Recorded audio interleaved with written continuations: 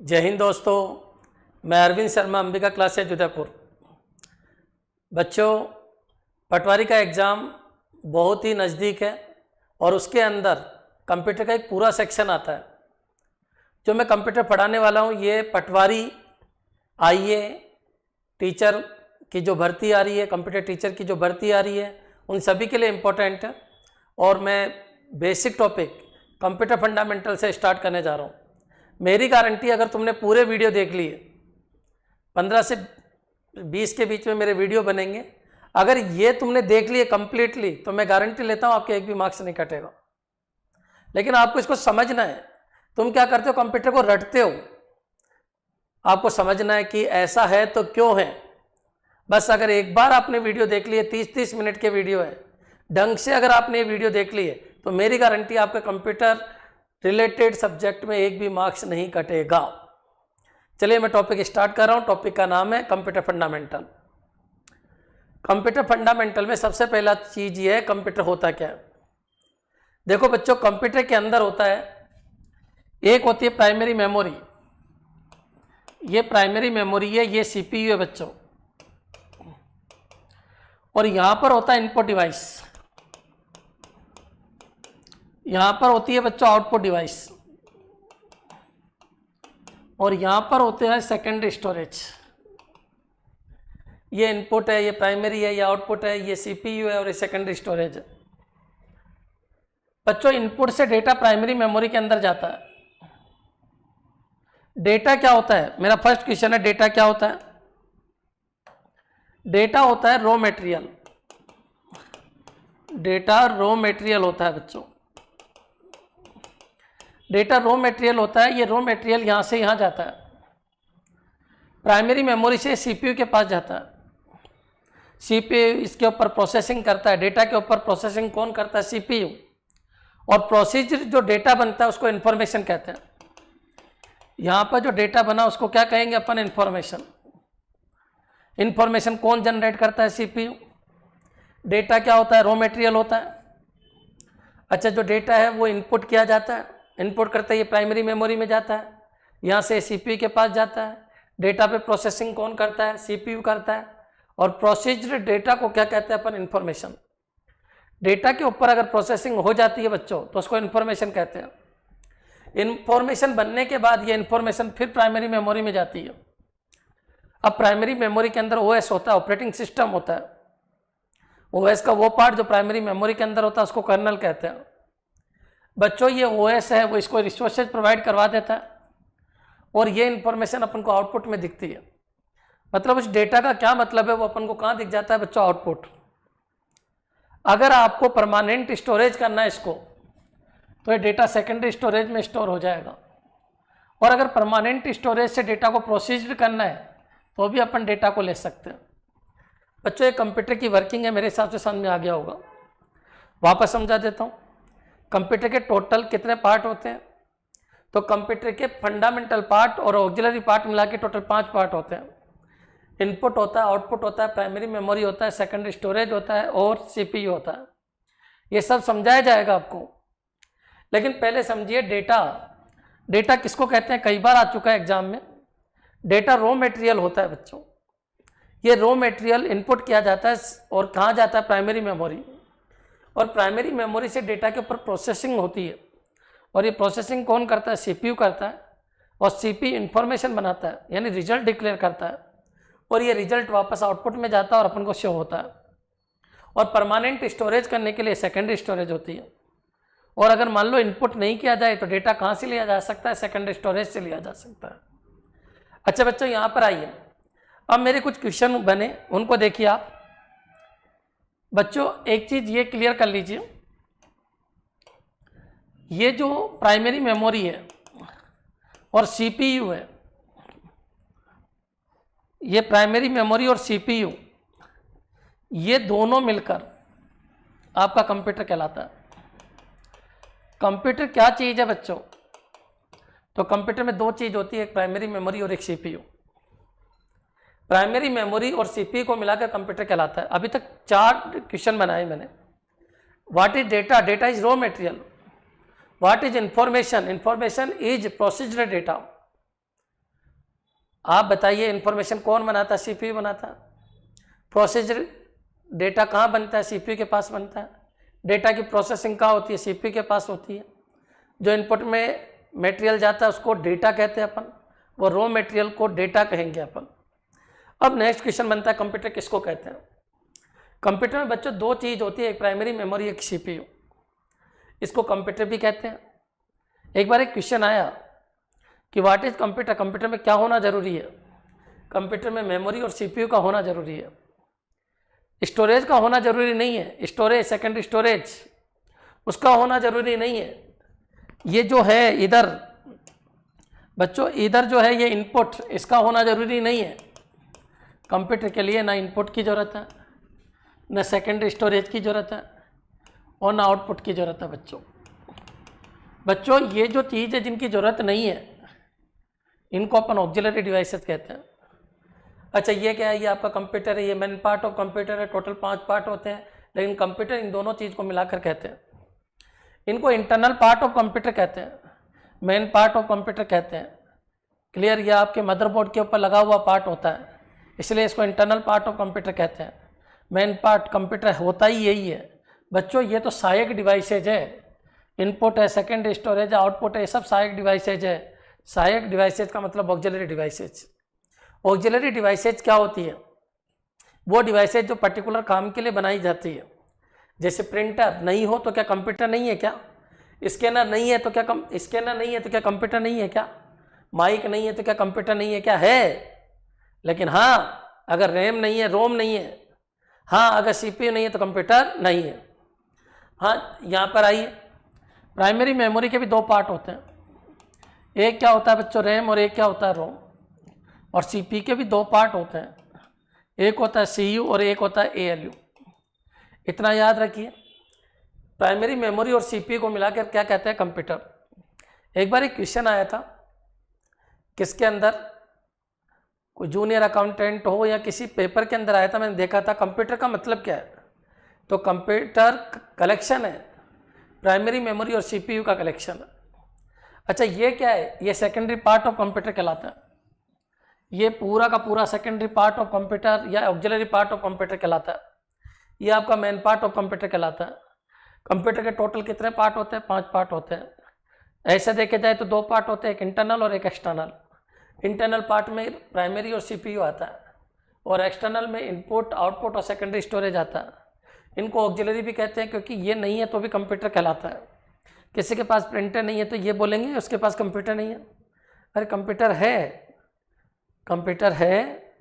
याद रखिए, प्राइमरी और सीपीयू दोनों मिलकर ही कंप्यूटर बना लेते हैं। प्राइमरी के भी 2 पार्ट होते हैं, एक रैम और एक रोम। और सीपीयू के भी 2 पार्ट है, एक सीयू और एक एएलयू। सीपीयू की फुल फॉर्म क्या है? कई बार बच्चे पूछ लेते हैं। तो सीपीयू की फुल फॉर्म होती है सेंट्रल प्रोसेसिंग यूनिट। कई बार क्वेश्चन आ जाता है, what is the full form of CPU? The full form of CPU is central processing unit. लेकिन बहुत सारे बच्चे कंट्रोल प्रोसेसिंग यूनिट कर देते हैं। It is not control processing unit, it is the central processing unit. Clear बच्चों? Control unit तो इसका एक पार्ट है, सीपीयू का एक पार्ट होता है, वो कंट्रोल यूनिट होता है। Control unit is the one of the part of CPU. Control unit CPU का एक पार्ट है। सीपीयू की फुल फॉर्म होती है सेंट्रल प्रोसेसिंग यूनिट। अब क्वेश्चन ये बना कि सर इसका नाम सेंट्रल प्रोसेसिंग यूनिट क्यों पड़ा? तो देखिए, आप बताइए, जब इनपुट यहाँ जाता है और यहाँ से इनपुट यहाँ आता है, तो हर डेटा यहाँ पर आता ही है, क्योंकि प्रोसीजर होता है डेटा का। यानी सेंट्रल में आपका सीपीयू है, सीपीयू के पास आना ही पड़ता है डेटा को, क्योंकि हर डेटा की मीनिंग निकालनी पड़ती है। इसलिए इसका नाम है central processing unit. Central devices है, जैसे अपना माइंड है, मस्तिष्क है, हर चीज़ अपने मस्तिष्क में आती है, उसके बाद ही आगे की वर्किंग होती है। इसलिए it is called central processing unit. और one part of central processing unit is called control unit. So it is control unit. Clear? यहाँ तक मेरे हिसाब से समझ में आ गया होगा। ये कंट्रोल यूनिट है और इस पूरे को सेंट्रल प्रोसेसिंग यूनिट कहते हैं। और one part of CPU is called control unit, CU. Clear? Next, अब थोड़ा सा अपन आगे बढ़ते हैं। अच्छा, प्राइमरी मेमोरी क्यों कहते हैं और इसको सेकेंडरी मेमोरी क्यों कहते हैं बच्चों, ये भी देख लीजिए। प्राइमरी मेमोरी इसलिए कहते हैं क्योंकि ये फर्स्ट स्टेज के ऊपर ही सीपीयू को डेटा ट्रांसफ़र कर देती है। मतलब प्राइमरी मेमोरी के अंदर आने वाला डेटा डायरेक्टली सीपीयू के पास चला जाता है, लेकिन हाँ सेकेंडरी स्टोरेज डायरेक्टली इसको नहीं भेजेगा डेटा, इसलिए इसका नाम सेकेंडरी पड़ा। क्यों? क्योंकि ये है डायरेक्टली इसको डेटा ट्रांसफर नहीं कर सकता। Secondary storage can't be serve data to CPU directly. Clear? मेरे हिसाब से समझ में आ गया होगा। सीपीयू को डायरेक्टली डेटा ट्रांसफर नहीं कर सकता कौन बच्चों? सेकेंडरी स्टोरेज, इसलिए इसका नाम सेकेंडरी पड़ा। सेकेंडरी मतलब द्वितीयक पर्सन, द्वितीयक मतलब बिल्कुल अलग, जो डायरेक्टली डेटा ट्रांसफर नहीं करता। सीपीयू को डायरेक्टली डेटा ट्रांसफर करता उसका नाम है प्राइमरी, और जो डायरेक्टली नहीं करता वो प्राइमरी के थ्रू करता है उसका नाम है सेकेंडरी। इट इज स्टोरेज और इट इज मेमोरी। तो फिर क्वेश्चन ये उठा, what is the difference between storage and memory? बच्चों मेरे दिमाग के अंदर बहुत सारी चीज़ है, मेरे खेत खलिहान के बारे में, मेरे परिवार के बारे में, मेरे गांव के बारे में, उदयपुर के बारे में, जयपुर के बारे में, मेरे पास जितना भी मैंने पढ़ाई की है उन सब के बारे में बहुत सारी इन्फॉर्मेशन है। लेकिन बच्चों जो मैं एट ए टाइम बोल रहा हूँ, ये जो डेटा की प्रोसेसिंग हो रही है ये प्राइमरी मेमोरी के अंदर है, और जो बहुत सारी चीज़ें हैं जो मेरे दिमाग के अंदर है जो अभी इनएक्टिव कंडीशन में है, वो क्या कहलाती है बच्चों? Secondary storage. Mind two type से वर्किंग करता है, एक वो जिसके अंदर प्राइमरी है और एक वो जो सेकेंडरी है। और जो प्रोसेस डेटा है वो हमेशा किस में आता है? प्राइमरी में, और जो इनएक्टिव डेटा है वो किस में पड़ा रहता है? सेकेंडरी में। देखो बच्चों अपना जो मानव शरीर है वो आप एक कंप्यूटर ले सकते हो, लेकिन जो मानव की जो बॉडी है, ह्यूमन बींग्स की जो बॉडी है, वो एक नेचुरल कंप्यूटर है, और अपन जो बात कर रहे हैं वो आर्टिफिशियल कंप्यूटर की बात कर रहे हैं। हाँ दोनों की वर्किंग सेम ही है, लगभग सेम ही है। क्लियर? नेक्स्ट चलिए, इसको सेकेंडरी स्टोरेज क्यों कहते हैं समझ में आ गया होगा। इसको प्राइमरी मेमोरी क्यों कहते हैं समझ में आ गया होगा, क्योंकि ये सीपीयू को डायरेक्टली डेटा ट्रांसफर कर सकती है। अच्छा, सीपीयू की फुल फॉर्म क्या है? Central processing unit. और इसके कितने पार्ट्स होते हैं? 2, सीयू और एएलयू। ये सब समझाया जाएगा आपको। लगभग 4 से 5 क्वेश्चन इस टॉपिक से आएंगे, कंप्यूटर फंडामेंटल। कितने में से? 10 में से। अब अपन आगे बढ़ते हैं बच्चों। इनपुट डिवाइसेज क्या होती है? जो बाहर के एनवायरनमेंट से डेटा को उठा के कंप्यूटर के अंदर डाले, वो क्या कहलाती है बच्चों? इनपुट। इनपुट डिवाइसेज क्या है आप बताइए? ये इनपुट डिवाइसेज है, जो मेरा मुंह है वो इनपुट डिवाइसेज की तरह वर्क कर रहा है। क्यों? क्योंकि बाहर के डेटा को कंप्यूटर के अंदर डाल रहा है, इसलिए इनपुट डिवाइसेज है। तो आपको पता है कीबोर्ड है, माउस है, स्कैनर है, ये सब इनपुट डिवाइसेज है। जॉयस्टिक है, ये सब इनपुट डिवाइसेज है। क्लियर? लाइट पेन है, ये सब इनपुट डिवाइसेज है बच्चों, क्योंकि एक्सटर्नल डेटा को इंटरनल मतलब कंप्यूटर के अंदर डाल रहा है। और आउटपुट डिवाइसेज वो होती है जो आपके इंटरनल डेटा को, कंप्यूटर के पास जो डेटा है उसको एक्सटर्नल एनवायरनमेंट के अंदर डाल रहा है, उसको अपन क्या कहते हैं? Output device. क्लियर बच्चों? इनकी सबकी फुल फॉर्म मैंने बता दी और किसका क्या काम है। कंप्यूटर को जो डेटा प्रोवाइड करती है, कंप्यूटर के पास जो डेटा भेजती है, यानी कंप्यूटर को जो इनपुट करती है, इनपुट करना किसको है? कंप्यूटर को, वो इनपुट डिवाइस है। और जो कंप्यूटर से डेटा लेती है वो क्या है? बोलो, आउटपुट डिवाइस। अच्छा, आउटपुट डिवाइसेज के भी कुछ एग्जाम्पल सुन लीजिए, फिर वो अपन एक एक पढ़ेंगे। तो आउटपुट डिवाइसेज के अंदर क्या क्या आता है? तो बच्चों प्रिंटर आता है, स्पीकर आता है। क्लियर? ये सब क्या है? आउटपुट डिवाइसेज होती है बच्चों।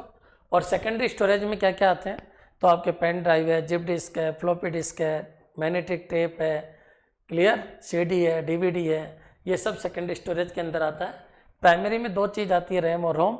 और सीपीयू के अंदर भी 2 पार्ट आते हैं, सीयू और एएलयू। क्लियर? अब मैं आपको आगे की तरफ लेके जा रहा हूँ। अपना टॉपिक क्या चल रहा है? Computer fundamental. और अभी तक मैंने 2 चीज़ बताई कि कंप्यूटर के अंदर 2 पार्ट होते हैं, एक होता है इंटरनल पार्ट और एक होता है एक्सटर्नल पार्ट। और एक्सटर्नल पार्ट में तीनों, और इनको ऑक्सिलरी पार्ट भी कहते हैं, और इनको प्राइमरी या इंटरनल पार्ट भी कहते हैं। और what is the meaning of computer? तो कंप्यूटर का मतलब क्या है? तो computer means primary memory and CPU का ग्रुप है। क्लियर? चले बच्चों, नेक्स्ट चलिए अपन आगे बढ़ते हैं। अब बच्चों ये वर्किंग कैसे करता है? कंप्यूटर वर्किंग कैसे करता है? तो देखिए बच्चों, मैं यहाँ पर समझाना चाह रहा हूँ। ये है आपकी प्राइमरी मेमोरी और ये है आपका सीपीयू। यहाँ पर होता है बच्चों इनपुट डिवाइस, ये है इनपुट डिवाइस, और यहाँ पर है आउटपुट डिवाइस। ये बच्चों आउटपुट डिवाइस है, और यहाँ पर है आपका सेकेंडरी स्टोरेज। और मैं आपको ये समझाना चाह रहा हूँ कि ये वर्किंग कैसे करता है। क्लियर है बच्चों? देखिए बच्चों, इनपुट डिवाइस से डेटा यहाँ जाता है। मैं आपको फिर क्लियर कर देता हूँ। डेटा डालने के 2 रूप है, या तो आप कीबोर्ड से टाइप कीजिए, या फिर किसी सॉफ्टवेयर के अंदर टाइप कीजिए। देखो मैं आपको एक एग्जांपल के थ्रू समझाना चाह रहा हूँ। किसी सॉफ्टवेयर के अंदर टाइप करना है तो मैं आपको सिंपल सा कंसेप्ट है, कई बार क्वेश्चन आ जाता है कि जो सॉफ्टवेयर जिसके अंदर डेटा टाइप किया जाता है उसको स्क्रीन कहते हैं। क्या कहते हैं? स्क्रीन।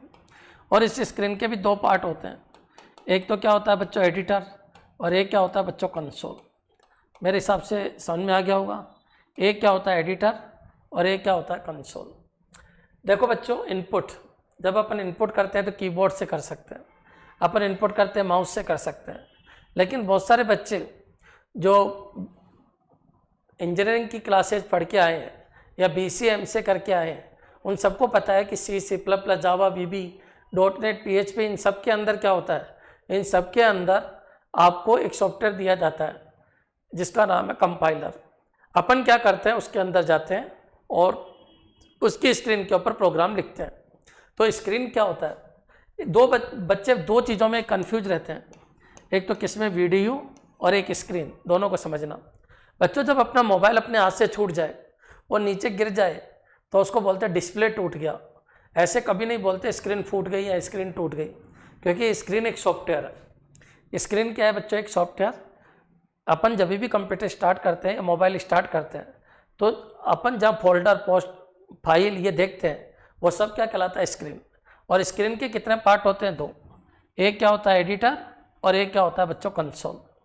वीडियो क्या होता है? जो डिस्प्ले है बच्चों, वीडियो की फुल फॉर्म है visual display unit. Visual display unit. V का मतलब होता है विजुअल, डी का मतलब होता है डिस्प्ले और यू का मतलब होता है unit. Video is the hardware part and screen is the software part. और there is two types, there is two part of screen, one part is editor and second part is console. एडिटर क्या होता है? जहाँ user जाके अपना programme लिखता है उसको क्या कहते हैं अपन? एडिटर। और जहाँ पर उस प्रोग्राम का आउटपुट आता है वो क्या होता है? कंसोल। एक बात बताइए, मैं आपको एक सिंपल सा कंसेप्ट बताता हूँ। आप मूवी देख रहे हो बच्चों, तो मूवी आउटपुट है, मूवी जो देख रहे हैं वो आउटपुट है, वो कहलाता है कंसोल। क्लियर? मूवी जहाँ पर आप देख रहे हो वो क्या कहलाता है? कंसोल। और वहाँ पर जहाँ पर आप कीबोर्ड माउस से क्लिक कर रहे होते हैं वो क्या कहलाता है? एडिटर। मैं आपको सिंपल सा कंसेप्ट बताता हूँ, ऐसा समझ लीजिए आप। देखो मैं एक स्टेप आगे बढ़ के आपको समझा रहा हूँ। मान लीजिए स्क्रीन है, स्क्रीन के दो पार्ट है, ये स्क्रीन का एडिटर पार्ट है। कौन सा पार्ट है? एडिटर। और यहाँ पर मैंने एक सिस्टम लिखा, एक प्रोग्राम लिखा, मेन इंटीजर, ये ABC और C इक्वलेंट A+B और print F %D and C। बच्चों ये जहाँ लिख रहा हूँ मैं, ये क्या कहलाता है? एडिटर। इस फाइल का नाम, इस प्रोग्राम का नाम अरविंद है, तो मैंने लिखा अरविंद। और एडिटर किसका है? C का, तो arvind.c। क्लियर? तो जहाँ पर प्रोग्राम लिखा जाता है वो कहलाता है एडिटर। और जब मान लीजिए इसका आउटपुट आ गया, अभी तो कोई गार्बेज वैल्यू आएगी बच्चों, तो यहाँ पर कोई भी एक गार्बेज वैल्यू आ जाएगी, जो मान लो ये आ गया 140 आ गया, तो बच्चों ये जहाँ पर आ रहा आउटपुट उसको कहते हैं कंसोल। क्लियर? कंसोल कहते हैं। मेरे हिसाब से यहाँ तक समझ में आ गया होगा। एडिटर और कंसोल क्या होता है, कई बार क्वेश्चन आ चुका होता है। एडिटर किसका पार्ट होता है? Editor is the part of screen and console is the part of screen. और स्क्रीन इज ए सॉफ्टवेयर और there is two parts of screen and that name is editor and console. Clear? Next, अब वापस आइए अपने topic के ऊपर। तो screen के दो पार्ट हो गए, एडिटर और कंसोल। और डिस्प्ले जो आपका कांच का बना है, प्लास्टिक का बना है, वो VDU है, विजुअल डिस्प्ले यूनिट। फूटता टूटता VDU है, स्क्रीन कभी टूटती फूटती नहीं। अच्छा, यहाँ पर प्रोग्राम लिखा बच्चों, तो जो प्रोग्राम लिखा मैंने बच्चों कौन सी लैंग्वेज में होता है? समझना कंप्यूटर वर्क कैसे करता है। पहले मैंने बताया कंप्यूटर के पार्ट कितने हैं, तो कंप्यूटर के दो पार्ट होते हैं, एक इंटरनल और एक एक्सटर्नल। अच्छा, इंटरनल में आते कौन है? तो प्राइमरी और CPU आता है। अच्छा, कंप्यूटर कहते किसको है? प्राइमरी और CPU के ग्रुप को कंप्यूटर कहते हैं। क्लियर? और CPU के कितने पार्ट होते हैं? तो CPU के दो पार्ट होते हैं, CU और ALU। और CPU की full form control processing unit नहीं होती, कंट्रोल यूनिट तो उसका एक हिस्सा है। CPU की full form central processing unit है। अच्छा, नाम क्यों पड़ा उसका? क्योंकि वो सेंट्रल में रहता है, हर डेटा वहाँ से होकर गुजरता है, क्योंकि हर डेटा के ऊपर प्रोसेसिंग होना जरूरी है। और प्रोसेस्ड डेटा को क्या कहते हैं? इन्फॉर्मेशन। और इन्फॉर्मेशन कौन बनाता है बच्चों? CPU। अच्छा, डेटा कौन डालता है? तो डेटा इनपुट डालता है। और डेटा को शो कौन करता है, तो आउटपुट शो करता है। और डेटा कैसे चल रहा है, पहले इनपुट से सीपीयू के पास, इनपुट से प्राइमरी के पास आता है और फिर प्राइमरी से सीपीयू के पास जाता है और सीपीयू प्रोसेस करके वापस प्राइमरी में भेजता है और फिर वो आउटपुट में शो होता है। ये सारी चीज़ें मैंने आपको समझा दी। फिर मैंने आपको ये बताया कि कंप्यूटर वर्किंग कैसे करता है, तो उसको मैं समझा रहा हूँ, उसको समझना बच्चों, रटना नहीं है। आप केवल मेरी वीडियो देखिए, इस दुनिया का कोई भी क्वेश्चन ऐसा नहीं है जो मैंने जो पढ़ा है उससे बाहर आपको मिलेगा, कभी मिल ही नहीं सकता बच्चों। हाँ ये ज़रूर है कि मैं ऑनलाइन नया हूँ, आज तक मैंने ऑफलाइन ही पढ़ा है आपको, तो ज़्यादा से ज़्यादा मेरे वीडियो को शेयर कीजिए आप। हाँ थोड़ा टाइम लगेगा मेरे को, लेकिन वाकई इस तरीके से मैं पढ़ाता हूँ आपको कि आपको किसी भी क्वेश्चन में कोई दिक्कत नहीं आएगी। अगर आप कंटिन्यू रहे और कंटिन्यू पढ़े तो आपके कंप्यूटर में कोई प्रॉब्लम नहीं आने वाली है। क्लियर? नेक्स्ट चलिए आगे बढ़ते हैं। तो बच्चों मैं आपको जो बता रहा था उसको समझना। बच्चों जो डेटा जाता है, मैंने लिखा वो डेटा किस पे लिखा था, मैंने एडिटर के ऊपर लिखा था। एडिटर के ऊपर जो मैंने ये डेटा लिखा, ये कौन सी लैंग्वेज थी, हाई। क्यों? क्योंकि एडिटर हाई लैंग्वेज थी। यहाँ पर कौन है बच्चों, यूजर है। कहाँ पर, इनपुट की बात कर रहा हूँ, एक बार वापस देख लीजिए। यहाँ पर यूजर बैठा है और यूजर टाइपिंग कर रहा है। तो अगर यूजर टाइप कर रहा है ना बच्चों, तो यूजर कौन सी लैंग्वेज में टाइप करता है, हाई। देखिए इंसान ने अपने आप को हाई घोषित किया है और कंप्यूटर को लो घोषित किया है।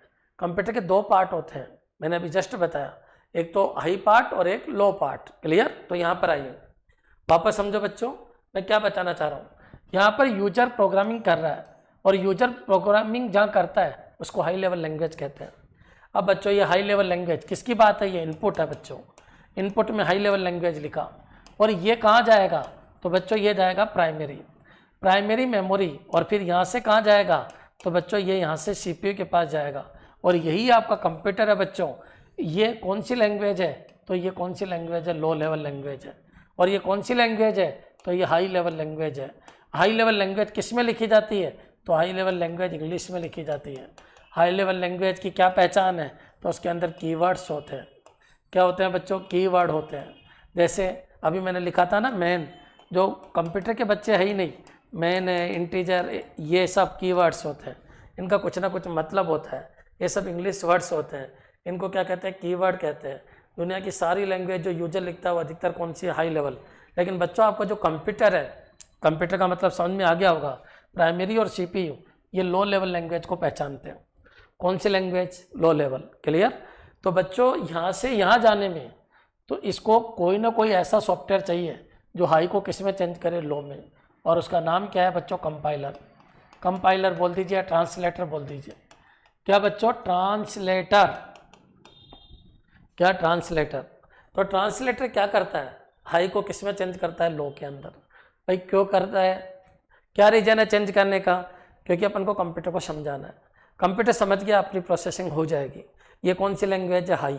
इसको कौन समझता है, मैं समझता हूँ। ये जैसे हिंदुस्तानी है और ये चाइनीज है, ये हिंदी बोलता है, ये चाइनीज बोलता है। आप बताइए क्या ये इसको ये समझ सकता है क्या, नहीं। तो बीच में एक ट्रांसलेटर होता है जो हाई को किस में चेंज करता है, लो, और फिर लो को किस में चेंज करता है, हाई। या डेटा आया हाई में, कंपाइलर ने इसको किस में चेंज कर दिया, लो में। अब लो भी दो तरीके की होती है। यहाँ की जो लैंग्वेज है वो कौन सी लैंग्वेज है बच्चों, असेंबली। कौन सी लैंग्वेज है, असेंबली। और यहाँ की जो लैंग्वेज है वो कौन सी लैंग्वेज है बच्चों, मशीन। मशीन बोलिए या कौन सी लैंग्वेज बोलिए, बाइनरी। मैं वापस क्लियर कर देता हूँ आपको। यहाँ कौन सी लैंग्वेज है, इंग्लिश लैंग्वेज। कौन सी लैंग्वेज है, हाई लैंग्वेज है। कौन टाइप करता है, यूजर टाइप करता है। यूजर फ्रेंडली लैंग्वेज कौन सी, हाई लेवल लैंग्वेज है। यूजर हमेशा किस में काम करता है, हाई लेवल में काम करता है। ये हाई लेवल प्रोसेसिंग होने के लिए कहाँ जाती है, सीपीयू। सीपीयू कौन सी लैंग्वेज को पहचानता है, लो लेवल को। लो लेवल कितने तरीके की होती है, दो तरीके की। कौन कौन सी, असेंबली और मशीन। अच्छा, असेंबली लैंग्वेज कहाँ काम में आती है, प्राइमरी मेमोरी। मेमोरी कहीं पर भी हो, मेमोरी के अंदर डेटा हमेशा ऑब्जेक्ट में होल्ड होते हैं। ऑब्जेक्ट मतलब कोड, कोड। Clear, code. यहाँ के कोड को सूडो कोड कहते हैं और यहाँ के कोड को ऑब्जेक्ट कहते हैं। यहाँ के कोड को क्या कहते हैं, सूडो कोड। सूडो कोड किसको कहते हैं, high level language. High level language में लिखे कोड को क्या कहते हैं, सूडो कोड कहते हैं। क्या कहते हैं, सूडो कोड। क्या कहते हैं, pseudo code. High level language में लिखे कोड को क्या कहते हैं, सूडो कोड कहते हैं। हाई लेवल लैंग्वेज में लिखे कोड को, रिपीट करो वर्ड, हाई लेवल लैंग्वेज में लिखे कोड को क्या कहते हैं, सूडो कोड कहते हैं। मेरे हिसाब से समझ में आ गया होगा। इनपुट के कोड को सूडो कोड कहते हैं, यूजर के कोड को सूडो कोड कहते हैं। यूजर जो प्रोग्रामिंग करता है वो हाई लेवल लैंग्वेज है। हाई लेवल लैंग्वेज में कीवर्ड होते हैं और असेंबली लैंग्वेज में कोड होते हैं, और यहाँ के कोड को क्या कहते हैं, ऑब्जेक्ट कहते हैं। क्लियर। और हाई को लो लेवल में कौन चेंज करता है, तो कंपाइलर करता है। और कंपाइलर क्या है, ट्रांसलेटर होते हैं। तो बच्चों याद रखिए, कंपाइलर ट्रांसलेटर होते हैं। VLC मीडिया प्लेयर क्या है, विंडोज़ मीडिया प्लेयर क्या है, ये सब क्या है, कंपाइलर है। ये सब ट्रांसलेटर है बच्चों, जो एक चीज़ को दूसरी या एक तरीके की इन्फॉर्मेशन को दूसरी तरीके की इन्फॉर्मेशन में चेंज करते हैं। ये कौन सी लैंग्वेज थी बच्चों, हाई। हाई किस में चेंज हो गई, लो। लो भी कितने तरीके की होती है, दो, एक तो असेंबली और एक कौन सी होती है, मशीन। अच्छा बच्चों, यहाँ से डेटा यहाँ आया तो या तो स्टैक बनाता है, ये क्या बनाता है, क्यू। कई बार एक क्वेश्चन आ जाता है, मेमोरी के अंदर जब डेटा जाता है तो या तो स्टैक में होल्ड होता है या फिर किस में होल्ड होता है, क्यू के अंदर। अब बच्चों यहाँ मान लीजिए बहुत सारे इंस्ट्रक्शन आ गए, मैं आपको समझाऊंगा पूरा कि इंस्ट्रक्शन क्या होता है, प्रोग्राम क्या होता है, वो सब चीज़ आपको समझाई जाएगी। लेकिन पहले यहाँ पर आ जाइए। तो बच्चों एक एक इंस्ट्रक्शन ये किसके पास जाता है, CPU के पास जाता है। CPU में डिकोडर लगे होते हैं। क्या लगे होते हैं बच्चों, डिकोडर। और क्या लगे होते हैं, एनकोडर। ये डिकोडर एनकोडर क्या करते हैं, इसको बाइनरी में चेंज कर देते हैं। किसमें, बाइनरी। बच्चों यहाँ बाइनरी लैंग्वेज बन जाती है, जैसे 10110 इस तरीके से बाइनरी लैंग्वेज बन जाती है। और CPU प्रोसेसिंग किस पे करता है, बाइनरी पे। क्लियर है बच्चों। ये कौन सी लैंग्वेज है, असेंबली। यहाँ पर जैसे मान लो जो प्रोग्राम बनाया था प्लस का बनाया था। देखो मैंने एग्जाम्पल जो समझाया था मैंने, वो किसका समझाया था मैंने, प्लस का समझाया था। देखो बच्चों, अच्छा यहाँ पर आइए, यहाँ पर जो मैंने बताया था अभी इंटीजर ABC लिख के, तो यहाँ पर असेंबली कोड उसका क्या बन जाता है, ऐड। क्लियर। तो यहाँ होल्ड होते हैं असेंबली, यहाँ होल्ड होती है मशीन। मशीन लैंग्वेज कहाँ बनती है, CPU के पास। असेंबली लैंग्वेज कहाँ बनती है, प्राइमरी के पास। प्राइमरी किसको होल्ड करती है, ऑब्जेक्ट को। बाइनरी पे वर्किंग कौन करता है, CPU। अच्छा बताओ रिजल्ट किस में निकलता है, ये कई बार क्वेश्चन आ जाता है कि जो प्रोसेस डेटा होता है उसका रिजल्ट कौन सी लैंग्वेज में निकलता है, कौन सी लैंग्वेज में बच्चों, बाइनरी। अब बाइनरी में रिजल्ट निकल गया तो ये डेटा वापस एनकोडर से जाता है। एनकोडर इसको वापस किस में चेंज कर देता है, ऑब्जेक्ट में चेंज कर देता है। क्योंकि सबको पता है प्राइमरी में केवल ऑब्जेक्ट होल्ड होते हैं, तो ये ऑब्जेक्ट में होल्ड कर देगा। अब ये ऑब्जेक्ट जो है ना बच्चों, ये ऑब्जेक्ट जब यहाँ जाता है, कहाँ पर, आउटपुट में। ये जो ऑब्जेक्ट आउटपुट में जाता है तो वापस कहाँ से गुजर के जाता है, कंपाइलर। किससे बच्चों, कंपाइलर, जिसको अपन क्या कहते हैं, ट्रांसलेटर। यहाँ से गुजरता है और यहाँ पर पहुँच जाता है। और बच्चों इस तरीके से कौन सी लैंग्वेज में कन्वर्ट हो जाता है, वापस हाई। मेरे हिसाब से क्लियर हो गया होगा। पहले हाई लेवल था, कंपाइलर से गुजरा बच्चों, किस में चेंज हुआ, लो में। लो भी दो तरीके की, प्राइमरी में असेंबली, यहाँ जाते ही डिकोडर एनकोडर, उन्होंने इसको किस में चेंज कर दिया, मशीन। प्रोसेसिंग कहाँ हुई, CPU। रिजल्ट कहाँ निकला, CPU के पास रिजल्ट निकल के आ गया। CPU के पास जैसे ही रिजल्ट आया बच्चों, रिजल्ट कौन सी लैंग्वेज में है, बाइनरी या मशीन एक ही बात है। 1010 1 और 0 के फॉर्मेट को बाइनरी कहते हैं और उसी को मशीन लेवल लैंग्वेज कहते हैं बच्चों। ये सब होने के बाद फिर एनकोडर से डेटा गुजरता है। एनकोडर उसको ऑब्जेक्ट में चेंज कर देता है। ऑब्जेक्ट प्राइमरी मेमोरी में जाके बैठ जाता है। वहाँ से रिजल्ट को सेकेंडरी में जाना होता है। लेकिन यूजर किस पे काम करता है, यूजर इसको और इसको देखता रहता है। यूजर इसको समझता है हाई लेवल और इसको भी समझता है, ये भी क्या हाई लेवल। तो बच्चों ये ऑब्जेक्ट वापस कंपाइलर से होकर गुजरता है। मेरे हिसाब से यहाँ तक क्लियर हो गया होगा। ऑब्जेक्ट कहाँ से होकर गुजरता है, तो ऑब्जेक्ट वापस कंपाइलर से होकर गुजरता है और किस में चेंज हो जाता है बच्चों, हाई लेवल में। क्लियर। अब बच्चों मैं आपको वापस समझाता हूँ। अगर मान लो परमानेंट स्टोर करना आपको डेटा को, तो बच्चों यहाँ सेकेंडरी स्टोरेज होता है तो इसमें भेज दिया जाता है। इस तरीके से कंप्यूटर की पूरी वर्किंग है बच्चों। अब कुछ क्वेश्चन उठे अपने, मैं वो समझा देता हूँ आपको, फिर अपन आगे बढ़ेंगे। सबसे पहला क्वेश्चन ये उठा कि लैंग्वेज कितने तरीके की है।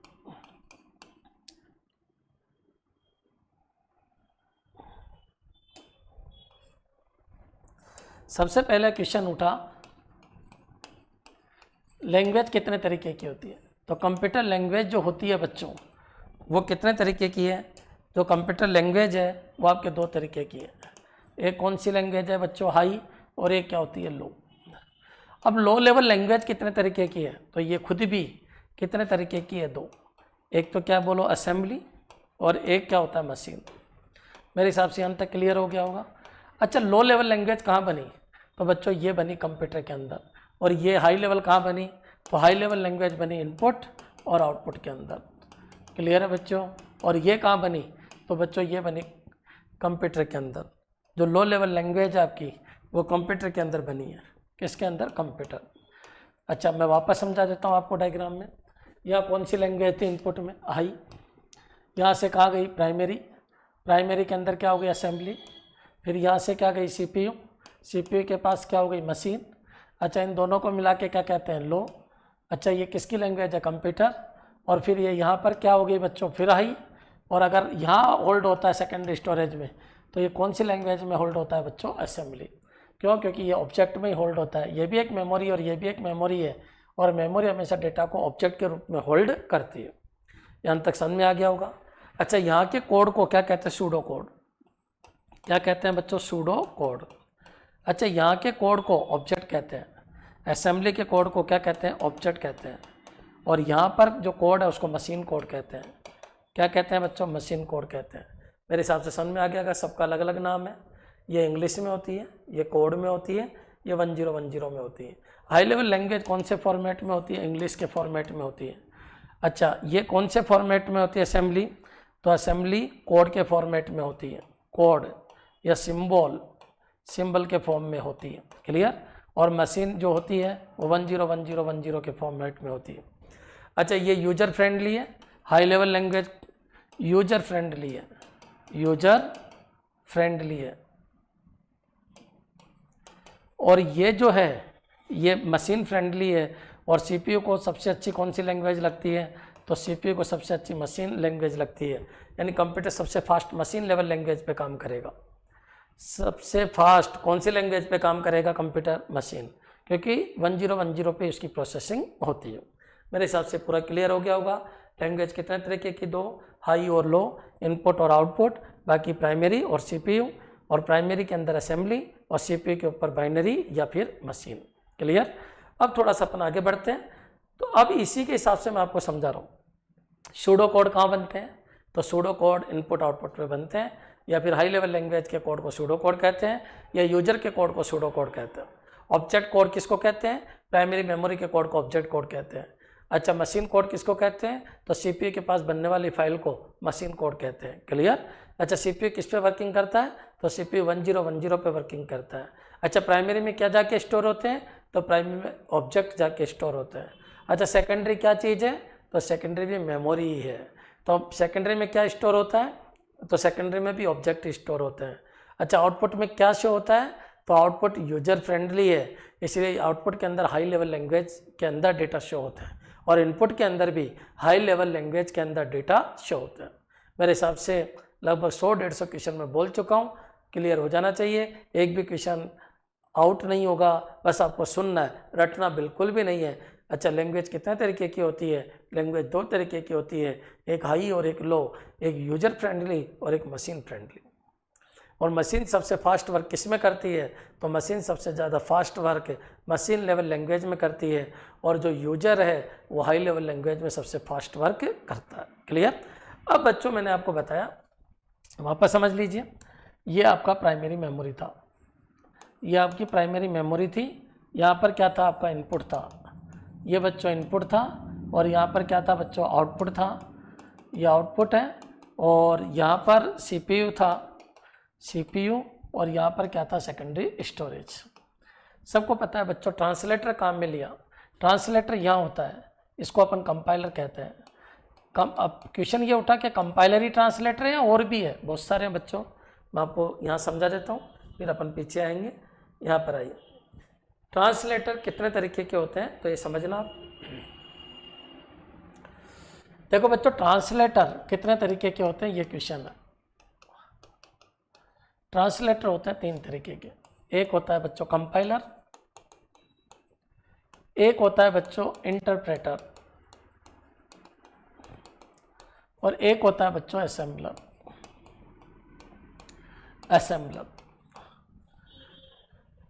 There are 3 types of translator in computer system. One is called compiler, second is called interpreter and third is called assembler. बच्चों कंपाइलर क्या करता है, तो यहाँ समझना, कंपाइलर क्या करता है, ये आपकी प्राइमरी है, ये आपका इनपुट है, ये आपका आउटपुट है, कई बार बता दिया मैंने, ये सेकेंडरी स्टोरेज, ये CPU। ये पूरे प्रोग्राम को यहाँ से लेता है और यहाँ डाल देता है, पूरे के पूरे प्रोग्राम को यहाँ से यहाँ लेता है, यहाँ स्टैक और क्यू बनाता है, या तो स्टैक बनता है या क्यू बनता है, या तो स्टैक बनेंगे या क्यू बनेंगे, लेकिन ये पूरे प्रोग्राम को एक साथ लेता है। Compiler translate whole program at a time, compiler translate whole a program at a time. कंपाइलर पूरे प्रोग्राम को एक साथ ट्रांसलेट करता है, और सबको पता है बच्चों यहाँ तो इंस्ट्रक्शन 1 बाय 1 जाते हैं, CPU का तो इतना सा काम है कि एक एक इंस्ट्रक्शन को उठाता है। तो बच्चों यहाँ से यहाँ जो जा रहा है पूरा प्रोग्राम ऑब्जेक्ट में एक साथ कन्वर्ट करता है, सोर्स कोड ऑब्जेक्ट कोड में एक साथ कन्वर्ट होता है। रिपीट करना, सोर्स कोड ऑब्जेक्ट कोड में एक साथ कन्वर्ट होता है।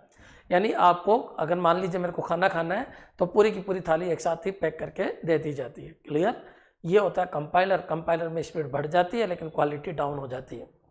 What is compiler? Compiler is a translator which convert whole program from source code to object code at a time. Clear, यहाँ पर आइए, ये कंपाइलर पूरे प्रोग्राम को एक साथ यहाँ से यहाँ भेज देता है, और फिर यहाँ memory continuous allocation, continuous memory allocations of in primary memory through the stack and queue. Clear? There is two methods of continuous memory allocation in primary memory. One is stack and one is queue. Clear? Primary memory के अंदर data location के दो तरीके हैं, एक तो या तो स्टैक या फिर क्यू। स्टैक और क्यू क्यों बनता है? क्योंकि पूरा का पूरा प्रोग्राम एक साथ आ गया तो उसको रखेंगे कहाँ पर? कंटिन्यूस मेमोरी एलोकेशन पे रखेंगे। Continuous memory allocation in primary memory is two type, one as the form of stack and one as the form of queue. Clear, मेरे हिसाब से यहाँ तक क्लियर हो गया होगा। कंपाइलर पूरे प्रोग्राम को एक साथ ऑब्जेक्ट कोड में कन्वर्ट करता है। बच्चों यहाँ के कोड को क्या कहते हैं? सोर्स। क्या चीज़ है ये? इनपुट। ये क्या है? प्राइमरी। यहाँ के कोड को क्या कहते हैं? ऑब्जेक्ट। कई बार बता चुका हूँ। कंपाइलर में स्पीड बढ़ जाती है, स्पीड इसकी ज़्यादा होती है, स्पीड इसकी ज़्यादा होती है किसकी? कंपाइलर की। मेरे हिसाब से क्लियर हो गया होगा। क्वालिटी इसकी डाउन होती है, स्पीड ज़्यादा होती है। अच्छा, इंटरप्रेटर में क्या होता है बच्चों? ये इनपुट है, ये आपका प्राइमरी है, ये आपका CPU है, ये आपका आउटपुट है, ये सेकेंडरी स्टोरेज है। यह प्रोग्राम होता है वो एक एक लाइन जाती है। पहले ये लाइन जाती है, इसको ट्रांसलेट करता है इंटरप्रेटर, एक एक लाइन को ट्रांसफर। यहाँ स्टैक और क्यू बनाने की जरूरत ही नहीं है, ये केवल रेफरेंस का काम करती है, क्योंकि एक एक इंस्ट्रक्शन आगे बढ़ता जाता है और CPU के पास चला जाता है। मतलब इंटरप्रेटर एक एक लाइन को एग्जीक्यूट करवाता है। तो फिर क्वेश्चन ये आया, सर फिर रिजल्ट कैसे बनता है? तो एक एक लाइन का रिजल्ट बफर में जाता रहता है और फाइनली रिजल्ट अपन को शो हो जाता है। अब बहुत सारे बच्चे जो गरीब बच्चे हैं वो कंफ्यूज हो गए होंगे, what is the difference between compiler and interpreter? Compiler translate whole program at a time, but interpreter converts source code into object code line wise line. Clear, जो इंटरप्रेटर है वो सोर्स कोड को object code में एक एक line के according convert करता है बच्चों, एक एक लाइन। इसलिए इसकी क्वालिटी अच्छी होती है लेकिन स्पीड डाउन होती है। स्पीड क्या हो गई? इसकी स्पीड डाउन हो गई बच्चों। क्यों? क्योंकि एक एक लाइन को लेता है और ऑब्जेक्ट में चेंज करता है। क्लियर, स्पीड डाउन हो गई क्योंकि एक एक लाइन को लेता है और फिर ऑब्जेक्ट में चेंज करता है। CPU तो आज भी एक एक इंस्ट्रक्शन को एग्जीक्यूट कराता है, यहाँ पर भी एक एक इंस्ट्रक्शन को एग्जीक्यूट कराता है, लेकिन यहाँ पूरा प्रोग्राम एक साथ ऑब्जेक्ट में चेंज हो जाता है, यहाँ पूरा program line wise line object में चेंज होता है। इसलिए इंटरप्रेटर की क्वालिटी अच्छी है। इंटरप्रेटर की अगर क्वालिटी की बात की जाए बच्चों, क्वालिटी अच्छी है। क्लियर बच्चों, according to quality interpreter is best than compiler. Clear. अब बच्चों आ जाइए असेंबलर। असेंबलर क्या करता है? ये क्या होता है बच्चों? तो ये प्राइमरी मेमोरी है और ये क्या है? आपका CPU। मेरे हिसाब से यहाँ तक क्लियर हो गया होगा। यह इनपुट है, इनपुट का कोई रोल नहीं है, आउटपुट है कोई रोल नहीं, सेकेंड स्टोरेज का कोई रोल नहीं। असेंबलर क्या करता है? कोड डायरेक्टली प्राइमरी में डाल देता है। यहाँ सोर्स कोड बनता ही नहीं है, यहाँ कोई सोर्स कोड नहीं होता है बच्चों। क्यों? क्योंकि इंग्लिश में लिखने की जरूरत नहीं, असेंबलर है, असेंबली लैंग्वेज को या असेंबली लैंग्वेज डाल देता है किसके अंदर? प्राइमरी के अंदर, और फिर उनको एग्जीक्यूट कराता है। क्लियर। तो बच्चों यहाँ पर आइए, यहाँ क्या हुआ? तो हाई बनी लो में। अच्छा, यहाँ से यहाँ तक को लो कहते हैं। हाई बनी लो में और वापस लो बनी किस में? हाई में। यहाँ पर भी हाई किस में, लो में, और लो वापस किस में कन्वर्ट हुई, हाई में। अच्छा बच्चों ये क्लियर है, ये पूरा कंप्यूटर कहलाता है। और इसमें हाई होती ही नहीं है, असेंबली को लो में। ये क्या करता है, असेंबलर करता है असेंबली को लो में और लो को फिर वापस असेंबली में। ये क्या है, असेंबली लैंग्वेज। ये कौन सी है, लो लैंग्वेज। लो को वापस किस में चेंज कर देता है, असेंबली। तो असेंबलर असेंबली को लो में और लो को असेंबली में चेंज करता है। इंटरप्रेटर हाई को लो में और लो को हाई में चेंज करता है। फिर इन दोनों में अंतर क्या है, ये पूरे प्रोग्राम को एक साथ, और ये लाइन वाइज लाइन। इन दोनों का कंपैरिजन कई बार पूछ लिया जाता है बड़े एग्जाम में। मान लीजिए जब कंप्यूटर टीचर की भर्ती आने वाली है, उसमें क्वेश्चन फिक्स है कि what is the difference between compiler and interpreter, both convert high into object level and high into low level and low level into high level. Clear. But compiler convert whole the program at a time and interpreter convert line wise line. Clear. और assembler क्या करता है, assembler में high level language होती ही नहीं है, assembly को लो में और लो को असेंबली में चेंज कर देता है। क्लियर बच्चों। तो अभी तक मैंने क्या क्या समझाया आपको, अभी तक मैंने ये समझाया कि कंप्यूटर होता क्या है, कंप्यूटर वर्क कैसे करता है। क्लियर। मेरे हिसाब से समझ में आ गया होगा। सोर्स कोड क्या होता है, ऑब्जेक्ट कोड क्या होता है, मशीन कोड क्या होता है, बाइनरी कोड क्या होता है, हाई लेवल कोड क्या होता है। क्लियर। अब अपन आगे बढ़ेंगे, लेकिन बच्चों मैं आपको फिर कह रहा हूँ, अगर आपको अच्छा लग रहा है, कंप्यूटर साइंस से मैंने बीटेक एमटेक कर रखा है, तो मैं आपको इतना सा कह रहा हूँ, अगर बहुत डीप में तो मैं नहीं जाऊँगा, क्योंकि कंप्यूटर टीचर ही देना आपको अगर एसीएफ का फॉर्म कंप्यूटर से भरा है वो देना है, तो इसमें बेसिक कंप्यूटर कवर हो जाएगा। एसीएफ का कंप्यूटर तो बहुत एडवांस है बच्चों, वो कवर नहीं हो पाएगा। लेकिन हाँ, पटवारी है, जूनियर अकाउंटेंट है, आरपीएससी के सारे एग्जाम आपके कवर हो जाएंगे। क्लियर। अगर किसी को एसीएफ कंप्यूटर साइंस तैयार करनी है तो उसका बैच 1 से 2 चल रहा है। आप ऐप के थ्रू एडमिशन ले सकते हैं, 5,000 उसकी फ़ीस है। उसके अंदर C++, जावा, VB.NET ये सारा कोर्स आपके हैं। DBMS है, डेटा स्ट्रक्चर है, नेटवर्किंग है। क्लियर। और आर्टिफिशियल इंटेलिजेंस है, ये सारा मैं ही पढ़ा रहा हूँ बच्चों। तो आपको वहाँ पर मिल जाएगा और उसकी फ़ीस 5,000 रुपये। वहाँ से आप कोर्स को खरीद सकते हैं। ACF के लिए या फर्स्ट ग्रेड लेक्चरशिप के लिए या second grade computer science teacher के लिए आप वहाँ से कोर्स खरीद लीजिए और वहाँ से तैयारी कीजिए। यहाँ पर क्या होगा बच्चों, यहाँ पर मैं आपको बेसिक कंप्यूटर पढ़ा रहा हूँ ताकि आपके आरपीएससी के जितने भी एग्ज़ाम हैं या RSM SSB के जितने भी एग्ज़ाम हैं वो क्लियर हो जाए। क्लियर। अगर आपको मेरा वीडियो अच्छा लग रहा है तो इसको ज़्यादा से ज़्यादा शेयर कीजिए, और अगर किसी क्वेश्चन में आपको दिक्कत आ रही है तो मेरे से कमेंट में पूछ लीजिए।